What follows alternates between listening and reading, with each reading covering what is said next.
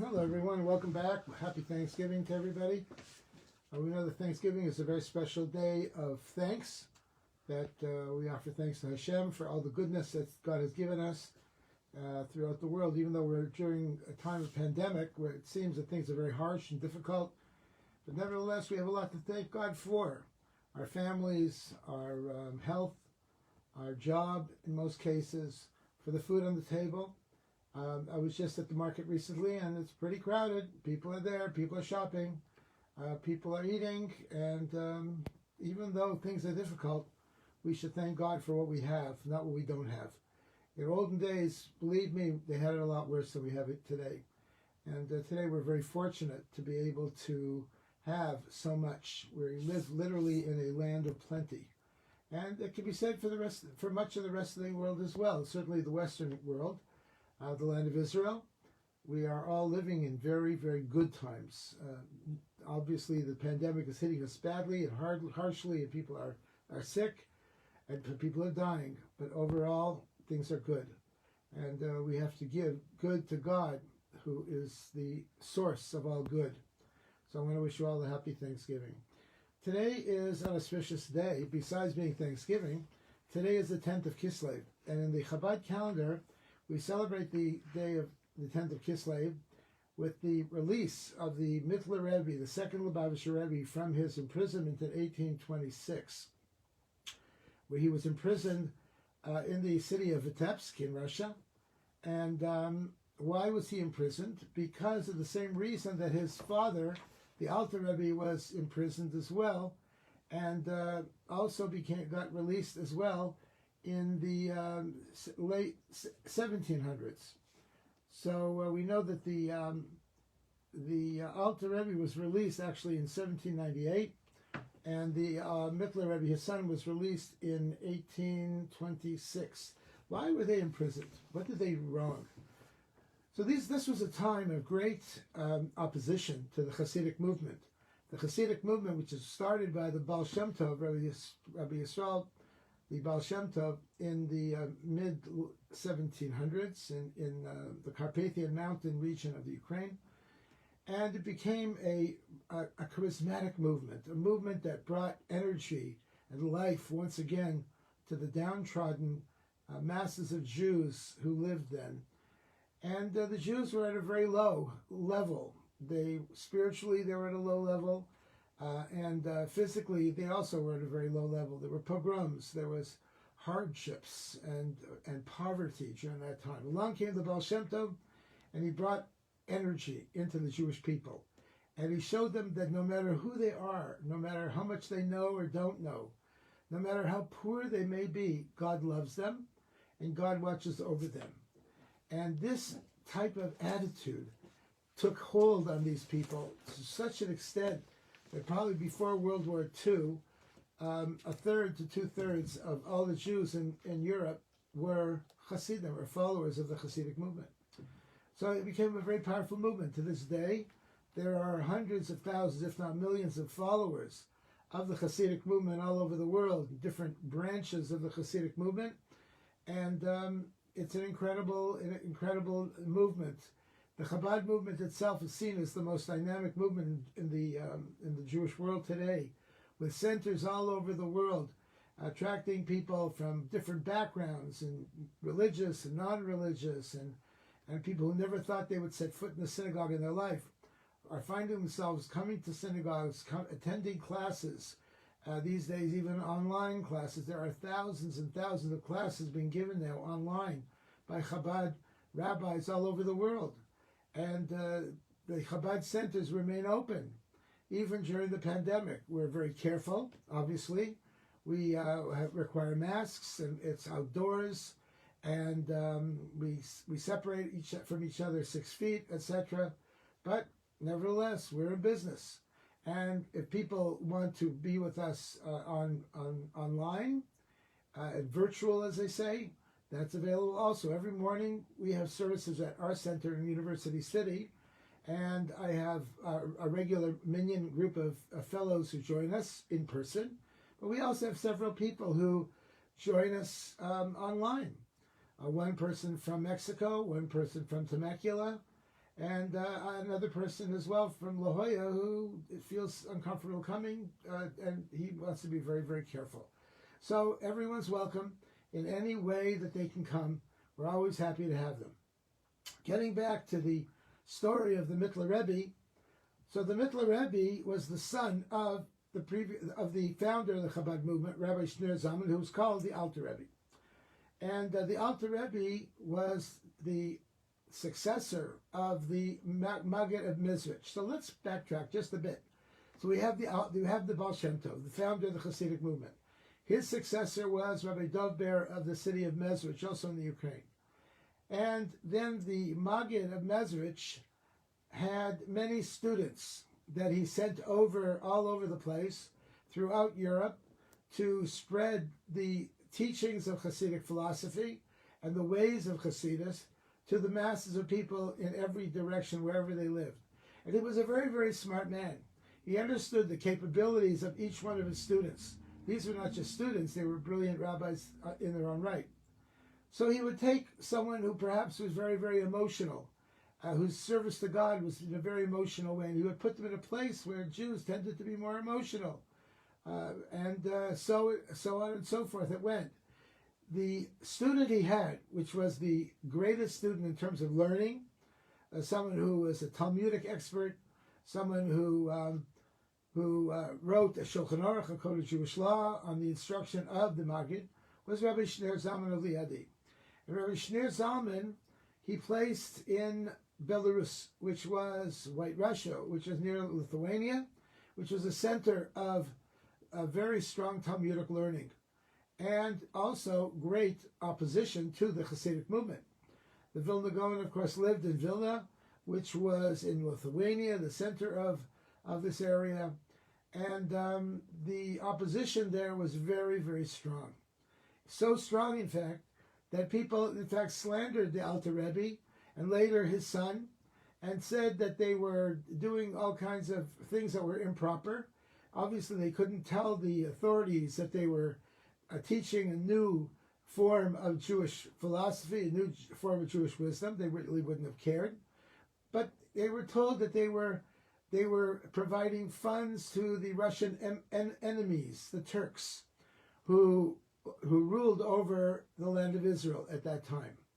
And by sending money to the Jewish communities in the Ottoman Empire in Eretz Yisrael, they were supposedly supporting the enemies of the Russian regime. This was obviously not true. They were not political in any way. In fact, they were quite opposite to politics. And they were simply helping to support Jews in poverty who were living in Israel. So, nevertheless, they were slandered. First, the Alter Rebbe, and then his son, the Mittler Rebbe. On this day, the Mittler Rebbe was released from his imprisonment. So let's backtrack a little bit more. So in 1826, the Mittler Rebbe, Rabbi Dovber, was released from his imprisonment in the city of Vitebsk. During the preceding Chol Hamoed Sukkos, just a few months earlier, it became known that the Mittler Rebbe had been slandered. It became known that something was going on. On Sunday of Parshas Noach, a few weeks after Sukkos, on the 28th of Tishrei, the Mittler Rebbe left the town of Lubavitch, his home, accompanied by officers. That means police, officers of the government. They led him away from his home. At noon, he arrived in the town of Dumbrasil, and there he said a Maimer Chasidus. He said a discourse of Hasidic philosophy for the Jewish people there. The officers allowed that to happen. On Monday, he left there and traveled to Liozna, which was where his father had lived. And he said another Maimer there. On Tuesday, the day after, he left there for Vitebsk, where he was imprisoned, until Sunday of Parshas Vayishlach, the 10th day of Kislev in 1826. The day that he was released from Tsarist imprisonment was a very great holiday, a tremendously joyous holiday, and we celebrate it to this day. We celebrate it through Farbrengens, through making Hasidic gatherings. We do not recite, Chabad custom is not to recite Tachanun during this day. So it's an auspicious day. And in 9 days from now is the anniversary of the liberation of his father, Rabbi Shneur Zalman, from his Tsarist imprisonment. And that is a tremendous celebration, which Hasidim call the Rosh Hashanah of Hasidus. And again, we have Farbrengens during that time. We don't do Say Tachanun on the 19th or the 20th of Kislev, since he was ultimately released on the 20th. And it's the Rosh Hashanah of Hasidus. It's the happiest day for us in the Hasidic calendar. Why is it that so many of the Chabad rabbis were imprisoned? We will know later that the third Lubavitch Rebbe, the Tzemach Tzedek, was imprisoned many times for teaching Torah. We know that the previous Lubavitch Rebbe, Rabbi Yosef Yitzchak, was imprisoned by the communists as well. Whether it was the Tsarist regime, whether it was the communist regime, Chabad Rebbeim and Chabad rabbis and Chabad followers were harshly imprisoned during those days. Why was it? Because unlike so many others who fled, who wanted to leave Russia, these rabbis felt that it was their responsibility to stay in Russia, to keep Judaism strong in Russia, even on the pain of death. And they indeed, many of them suffered that terrible punishment. So many of them were in Siberian exile in the gulags of communist Russia and of the Tsarist regime. But they never gave up. They had a strength to them that was unbending and powerful. And they stayed until they absolutely couldn't stay anymore, until it was all over. And that's when they left. But even until the very end of communism, Chabad rabbis remained in Russia. They taught Torah. They led prayer services and seders on Passover. They lit the menorahs on Hanukkah. And they were a tremendous mainstay to Jewish life in Russia. When the author Elie Wiesel went to Russia, and he wrote about it in his famous book, the Jews of Silence, he went to the synagogue, the main synagogue in Moscow, and he wanted to talk to Jews. Many of them were afraid to talk to him because they were afraid, because there were informers everywhere. But nevertheless, he was able to speak to a number of them, and many of them that he spoke to were Chabad rabbis, a shochet, a moel, a plain Jew. Many of them were Chabad followers.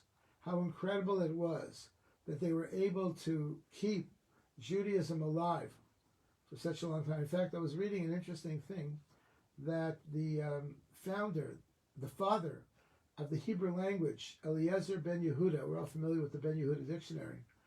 Eliezer ben Yehuda was a part of the Chabad movement. Actually, his parents. He was raised in a family that were Chabad Hasidim. It was a very harsh time, obviously, in the 1800s in Russia. Very difficult time, and he became very disillusioned with Judaism because of where he lived. So he fled to Israel, where he became the famous person that he became. But he came from a Chabad family, and I must say that the Chabad influence remained with him.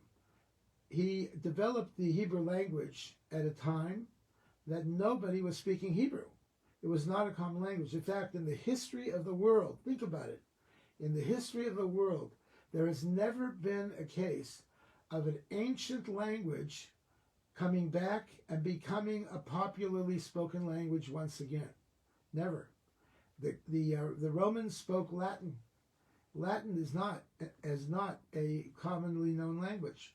Ancient Greek is not a commonly known language.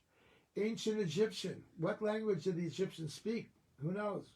The ancient Aramean language is still spoken to a certain degree by the Chaldean Christians in Iraq, but it does not at all resemble the Aramean language that was spoken during the times of the Talmud 2,000 years ago. Only the Hebrew language came back and is spoken today as a modern language, as it was in ancient days. How did Ben Yehuda do it? So they say that what he did was, first of all, he went to Scripture. He went to the Torah, and he drew every Hebrew word he could from the Torah, and he made them into part of his vocabulary, into part of his dictionary. Those words that he could not translate, or those words that were not in Scripture, for example, many modern words in science, technology, for example, which have no scriptural source, although some of them do, but many of them do not, he would make up new words. And he founded an institute to do that. But nevertheless, the vast majority of Hebrew today that is spoken commonly today is from Tanakh. It's from the Bible. So again, I must say that even though he actually had times when he was observant, he wasn't observant, but nevertheless, his source for his work clearly was Torah. And I must say that he must have received that from his parents. Don't we all? Anyways, so when the Tsarist regime came to try to influence the Jewish people to become more modern and to become more adherents of the Enlightenment Reform movement that was going on at that time, and which ultimately meant to try to convert them to Christianity. That was the purpose of the Enlightenment, and that was the Tsar's purpose. That's what he wanted. He found that the leaders of Chabad were in the forefront of attacking that and of fighting against that. So the Tsar chose to imprison the Chabad rabbis, and with tremendous sacrifice they endured it, and their followers were able to get them released, and these days became very, very joyous days for everyone, and we still observe these days to this day. We observe Yud Beis Tammuz, the 12th of Tammuz, taking place in the summertime, as the days of the release of the previous Lubavitcher Rebbe, Rabbi Yosef Yitzchak, from his communist imprisonment as well. So this is a very auspicious day, and we hope you'll join in your communities with celebrations to celebrate it. Okay, anyways, let's talk a little bit about the Parsha, some of the seichos dealing with the Parsha. This coming Parsha is, of course, Vayetze, where it talks about Yaakov leaving his father Lavan's house with his wives and his children and his flocks and everything, and journey on his way to his homeland in the land of Israel. So the Torah begins, it says, Vayikach mi'avnei hamakom, Yaakov took from the stones of that place, V'yaseh mirashosav, and he placed them at his head. So where was he? He left Haran.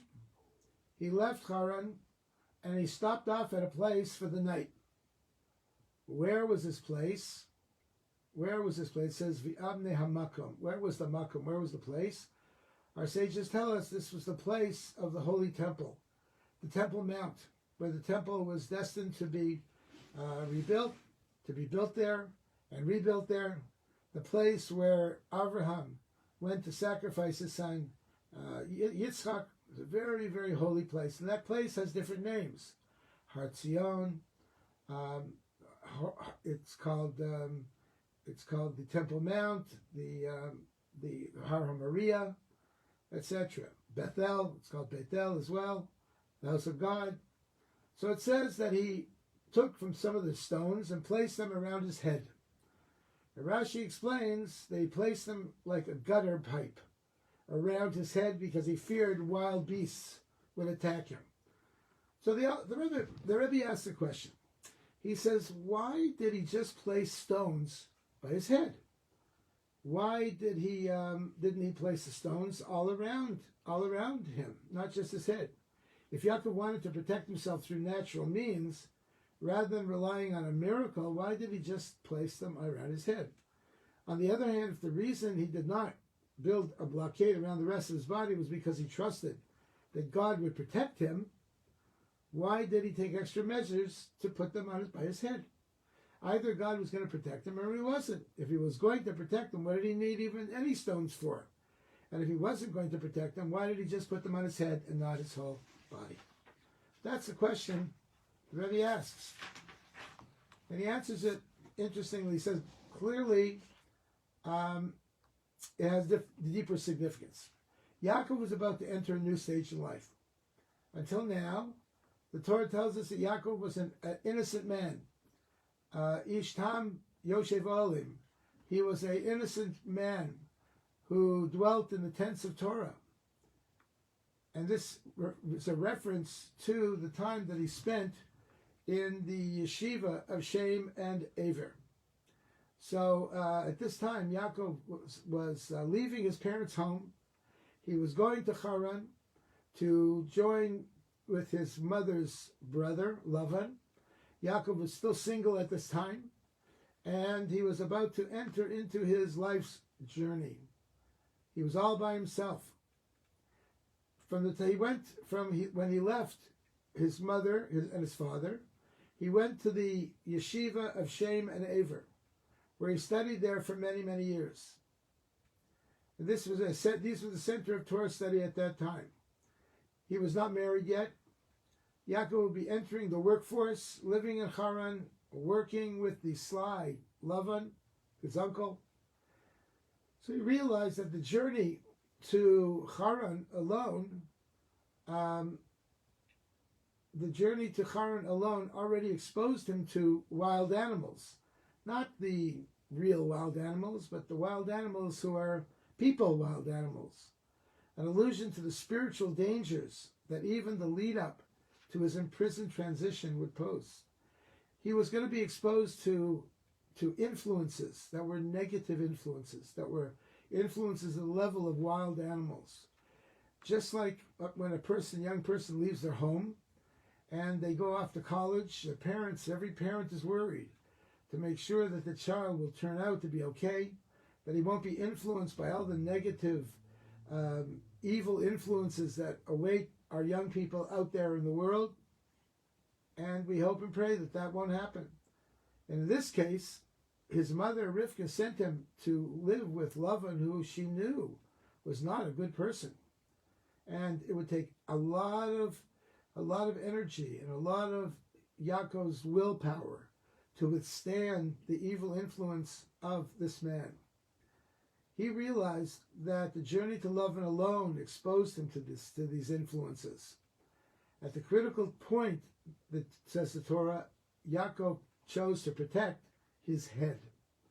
To protect his head. What does that mean?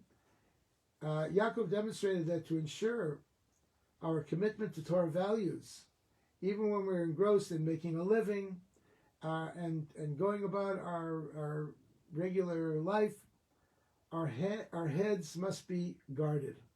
In the words of Tehillim, if you eat the toil of your hands, you are praiseworthy and it is good for you, but not of your head. An interesting story was told about a man who once came to the Alter Rebbe. He came to the Alter Rebbe for a blessing. And the Alter Rebbe said, so tell me about yourself. What are you doing? He said, well, Rebbe, I am in business. I'm a very successful businessman. I sell galoshes. Now, living in California, we don't really know what galoshes are. Galoshes are a type of boot that you wear to protect you from the mud and the snow and the dirt as you trot along in these climates. And galoshes, generally shoes, went inside the galosh. Unlike a boot, your shoes went inside the galoshes, and the galosh was over that, and it went up your leg. So these are galoshes, and needless to say, a person who sold galoshes was a pretty good businessman because it snowed a lot, it was muddy a lot, it rained a lot in Eastern Europe, and a person like that, if he had a good product, he would do very well. So this man was going along and talking to the Alter Rebbe and telling him about his business and how he makes galoshes and who buys the galoshes and the different qualities of galoshes. And he's going on and on and on and on. And finally, he saw that the Rebbe was not saying anything, so he stopped. And the Rebbe said, well, I want to thank you very much. You taught me a very important lesson.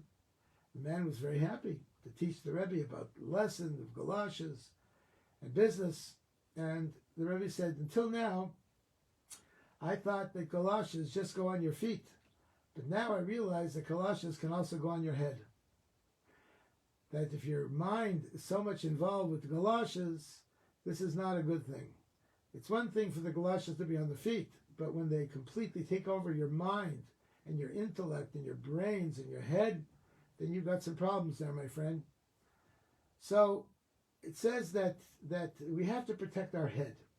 We have to invest and preoccupy only our hands with our physical energy. If you need to work with your hands in your toil and labor, but save your head and your heart for the study of Torah and for prayer. That's what we really should be doing. Our head should really be in Torah study. As long as we keep our head safe, taught Yaakov, and reserve our higher faculties for our relationship with God, then our integrity and sense of direction will stay secure, even when our body goes to work. But we will protect our head. You know, throughout history, we found that Jewish people needed to make a living like everybody else, and they worked hard to make a living. In many cases, many of our sages of the Talmud were themselves business people. They sold things. They were a grocery. They had a grocery store, or they were a shoemaker, or they were a tailor of some sort, or they were a merchant and they sold things. But nevertheless, their mind, their head was always in Torah study. Any opportunity they had to sit down and learn, to say a kapitel Tehillim, to say some Tehillim, to pray, to daven, they took advantage of that. Their head was not in the business. Their head was in the business of godliness. Their body, their hands were in the business. And that should be an important lesson for all of us as well. When our head becomes too much involved in the business, when it takes over, then we're in trouble. So we should hope and pray that all of us should be there, be in business and work hard, but it should be only something for our body. Let's learn another one. The Torah says, V'yifka b'makam. Again, he uses the term b'makam, the place. He came upon the place. Again, we know that is the place of the Har HaBayis. V'yalan sham, and he lay down there. Ki ba hashemesh, the sun went down. We're told slowly, rather quickly. A miracle happened. V'yishkav b'makamahu, and he lay down in that place. Again, the place is mentioned once again. So Yaakov stopped for the night. It became dark early. That's why it says Kiva Shemesh, the sun went down. It means quickly. And he became very tired, very, very drowsy. And he laid down and he went into a stupor, into a power of prophecy, a deep, deep sleep where God spoke to him. It says he lay down at the place, precisely at the spot where the Beis HaMikdash, our holy temple, would be built. Now, according to the Midrash, the Torah emphasizes that place he lay down because here he lay down to sleep, but during the 14 years when he studied under Aver, he did not lie down at all. So he lay down at that point to sleep. But during the 20 years he was in Lavan's house, he did not lie down. And then when he was in the yeshiva, he didn't lie down. So this is the first time he had an opportunity to lie down and go to sleep. He must have been very tired. This means that for 34 years, 14 years he was in yeshiva, and 20 years he was by Lavan.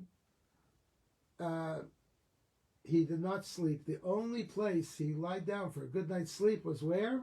The site of the Holy Temple, the Beis HaMikdash. Now let me ask you a question.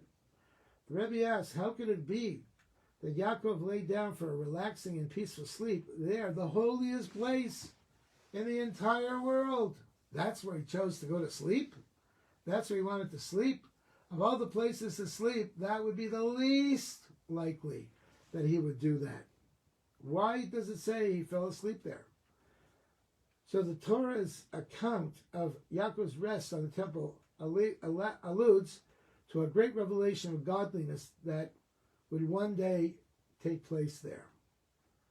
The structure of the human body reflects the superiority of a person's spiritual identity, represented by the spiritual faculties found in his brain, we talked about that before, over the physical aspects of his life, represented by his feet.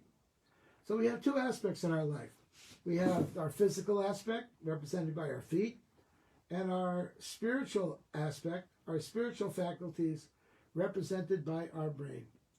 Now, when we stand up, it's a very interesting idea. We stand up, our feet and our brain are in two different levels.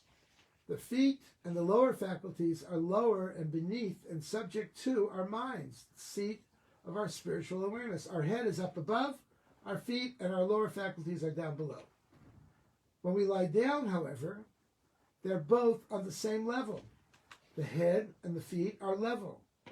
They're both on the same level. On the one hand, this represents a compromise of the head's superiority. On the other hand, it reflects the reality that before God, who transcends all, physical and spiritual, really are equal. Now, we think that spiritual is a higher level than physical.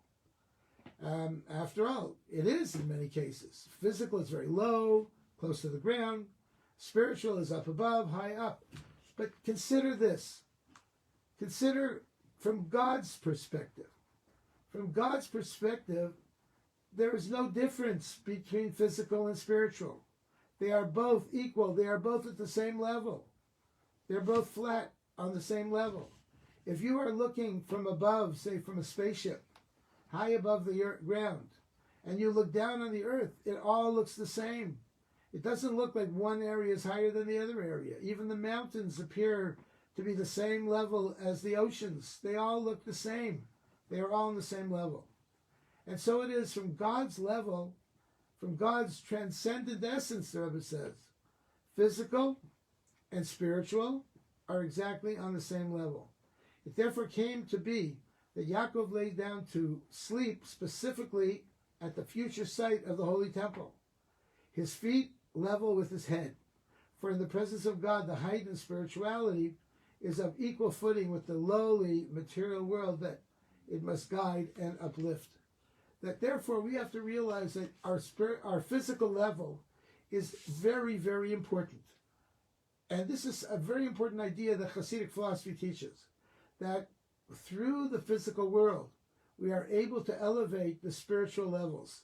We are able to uncover the sparks of godliness, the netzutzos, the sparks of godliness that are found in them, and raise them up and release them, and release the godly sparks of the spirituality to be reunited back to God. That through our body, we are able to serve God and to do what we are meant to do in this physical world, in this physical world, and that is elevate the physical world into spirituality.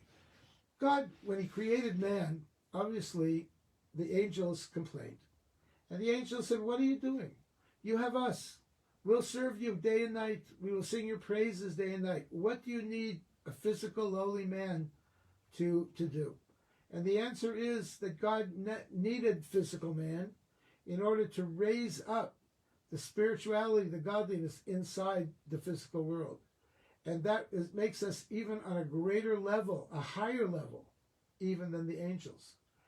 And therefore, interestingly, in Chabad Hasidic philosophy, we emphasize the fact that our job, our purpose in this world is indeed to raise up the physical world and to make the physical world into a place of holiness. We know inside of us, and we talked about this before, we have both inside of us a godly soul and an animal soul. The godly soul only wishes to do mitzvahs, only wishes to study Torah, only wishes to serve God day and night, 24 hours a day. That's all the godly soul wants. The animal soul, on the other hand, wants to survive, wants the body to survive and live through eating, through drinking, through sleeping, through participating in all the various pleasures that life brings for us in the physical world. the animal soul wants us to partake of these things, because in the animal soul's way of looking at things, survival, physical survival, depends on it. If we don't eat, we will die. If we don't drink, we'll die. If we don't sleep, how long can we survive without sleep? If we don't partake of the basic needs that why God gave us this world, we can never survive. And at the same time, God gave us such a beautiful world, such a magnificent world. If you take a look at the world itself, it's a beautiful place to live. We who live in San Diego are very fortunate. We have magnificent mountains and oceans and all kinds of just lovely, beautiful topography all around us. And do you think God just gave us those things so that we should enjoy them for their own sake? No, we should bring out the godliness in these things. Very often, I will be hiking up in Torrey Pines State Park and come upon a hill overlooking the beach, overlooking the ocean, magnificent view. Something really, one of the most beautiful views, I think, in the world. And very often when I go up there, I see people just sitting there, sometimes with their eyes closed, and just staring inside of them, and just meditating on God's tremendous goodness in giving us such a beautiful, beautiful world. Do you think that God gave us a beautiful world like that so that we shouldn't partake in it? Certainly not. He gave us, there's a midrash that tells us that when our 120 years are up and we go up to heaven, the first question God will ask us is, did you partake of all of the beauty and all of the pleasures of this world that were permissible to you? Certainly there are many very, very big things that are pleasures in this world that are not permissible to us. We're not talking about that. But what about all those wonderful things that are permissible to us? One time, many years ago, we had never, my wife and I had never really traveled. We were very busy with our work, running the Chabad house, and we did not travel. We would go every spring. We'd go for 1 week to visit my parents in Toronto, and 1 week to go to the Rebbe and go to New York and spend a week in the Chabad yeshiva, the Chabad community in New York. And that was our whole vacation for many, many years, for about 35 years. A number of years ago, we decided, you know what? Let's start doing some traveling. We're getting older. Let's start doing some traveling. So we decided to start doing some traveling. We started going on some cruises and saw some beautiful, beautiful places. And these things were inspiring to us. They were beautiful. We visited ancient Jewish communities in Europe where we saw how the Jews suffered during the Inquisition. We actually participated in that. We looked, we saw, we davened in communities where Jewish people had lived before the Inquisition, and so on. And it was really inspiring to us. It was really something that we'll never forget for the rest of our lives. And the fact is that these were trips that were very physical trips, obviously, enjoying some beautiful things and good food and where we went and things like that. But at the same time, we were able to elevate the sparks of godliness found in these places. To say a kapitel Tehillim or daven Shachris in an ancient synagogue someplace in Europe where Jews had never really been there before, hadn't ever davened there before, hadn't even participated in anything Jewish in these places. And this was something very, very special and very beautiful. The Rebbe has since sent Chabad emissaries all over the world to many places that Jews really never lived. There were never really any communities of Jews before. Areas in Africa, areas in Asia, and many islands in the Caribbean and different places where Jews really never lived. They never participated in these places. Why did the Rebbe send his emissaries to places like that, where Jews really never lived? And the only ones really that were going to go there were mostly tourists. Why did he do that? Because the Rebbe recognized that there were sparks of godliness found everywhere in the world, in every corner of the world. And by us going there, by us setting up synagogues and davening and bringing the Sefer Torah in these places, and eating kosher food in those places, and teaching children Torah in those places, we are going to cause an elevation of that place spiritually. which will ultimately bring Mashiach to the world. That was a necessary thing. I remember many years ago, he urged us to print Tanyas in all different communities all over the world, and they did. Even places like the Beirut airport in 1982, during the siege of Beirut, the war in Beirut. Chabad went to the tarmac of the Beirut airport and printed a Tanya there because they recognized the fact that there's something that's needed to be done there, something for the world to be perfected. Let's do one more. It says, V'tomer Leah. Leah said, this was when Yaakov was going with Leah and with Rachel. She said, now my husband will reside with me, for I have borne him 6 sons. So she named him Zevulun. She named her latest son Zevulun. When our matriarch Leah bore her 6 sons, she named him Zevulun, which is a derivative of the word Zevul, which means a place of residence. Saying, now my husband will reside with me, he will live with me, because remember, she was jealous of her sister Rachel. And Rashi explains that Yaakov's principal residence will be only with me, Leah said, and indeed it was. It turned out that Yaakov's main home was with Leah, because I have as many sons as all the other wives combined. And we know that Leah was destined to be the only wife that Yaakov had that was going to be buried with him in the Ma'aser Machpelah. Rachel was not destined to be buried there. Only Leah was to be buried there.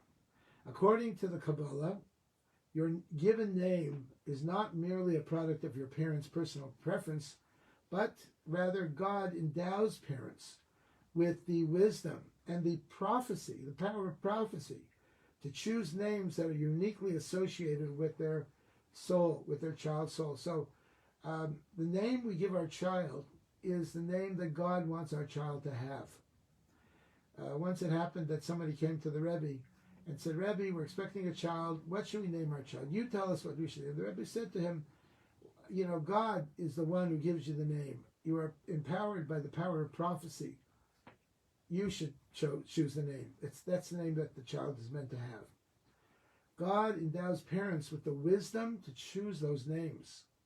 So whatever name you choose for your child, granted a Hebrew name, the Jewish name, is uniquely associated with that child's abilities, with their child's soul, in fact.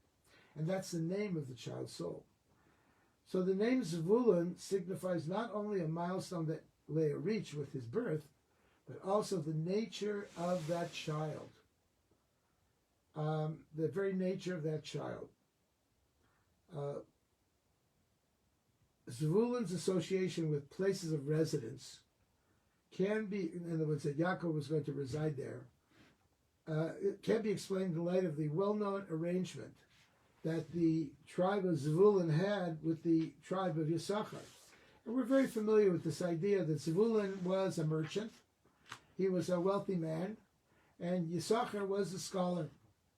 So Yisachar established a partnership with Zvulun. Zvulun would dwell in the seashore and go out to business and go out in ships to trade and make money, and they would provide food for Yisachar, who will sit and study Torah, and Yisachar will give half of his spiritual reward for the study of Torah to Zvulun. Now, that's the way it very often is seen. The tribe of Zvulun's immersion in commerce afforded them unique opportunities to infuse godly meaning into the material world and its ways. Now, actually, Zvulun being in business was not a bad thing. Zvulun was going to accomplish a great deal in business by teaching people Torah in business, by acting honestly, and by setting a very good examples. He says their dealings for the sake of heaven, everything that Zvulun did in business was L'Shem Shemayim, was to support Torah study and the utilization of the material world, the physical world, for the fulfillment of God's commands, transforming this physical world into a place of godliness to an even greater degree than was accomplished by the study of Torah of their partners. So, in other words, sometimes it comes out that a businessman, a person who is involved in the world, is actually at a higher level than a Torah scholar. The Torah scholar is sitting and learning Torah all day, but the businessman is transforming the world and making the world into a godly place. We have in our community a young man who's an engineer, works for a very prominent aerospace company, and he was telling me how badly he feels that he's not spending all his time studying Torah, but rather he's working.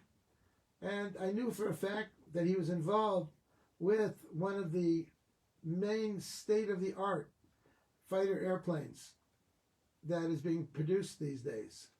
And I said to him, you are working on a project that is saving thousands or hundreds of thousands of lives with these planes, protecting people.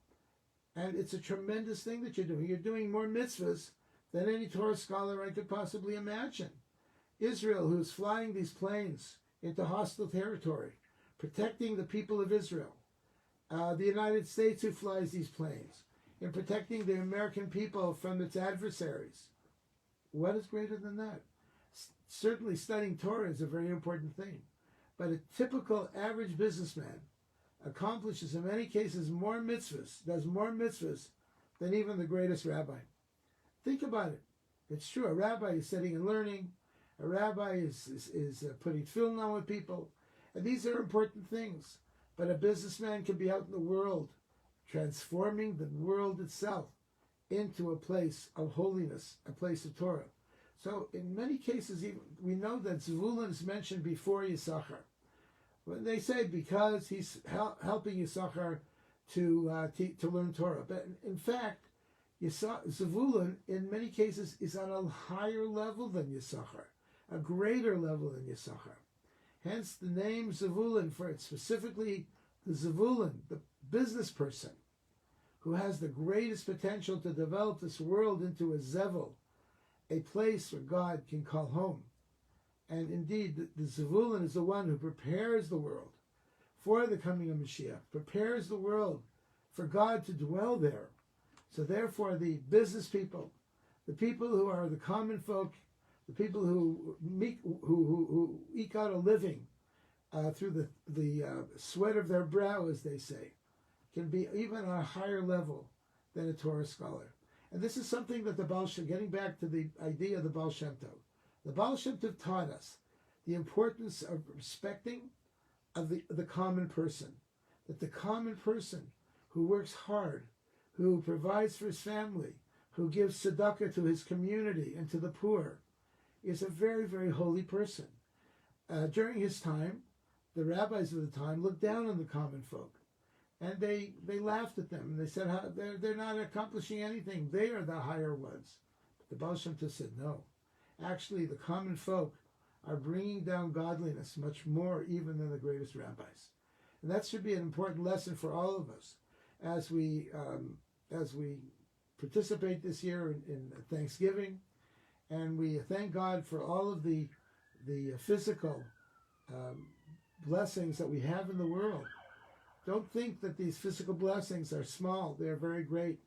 Our health, our community, our family, our job, all of these things, the food on the table, these things are blessings from God, and they are on a very, very high spiritual level. So I want to wish you all a happy Thanksgiving, and may we only come together with simchas. Amen.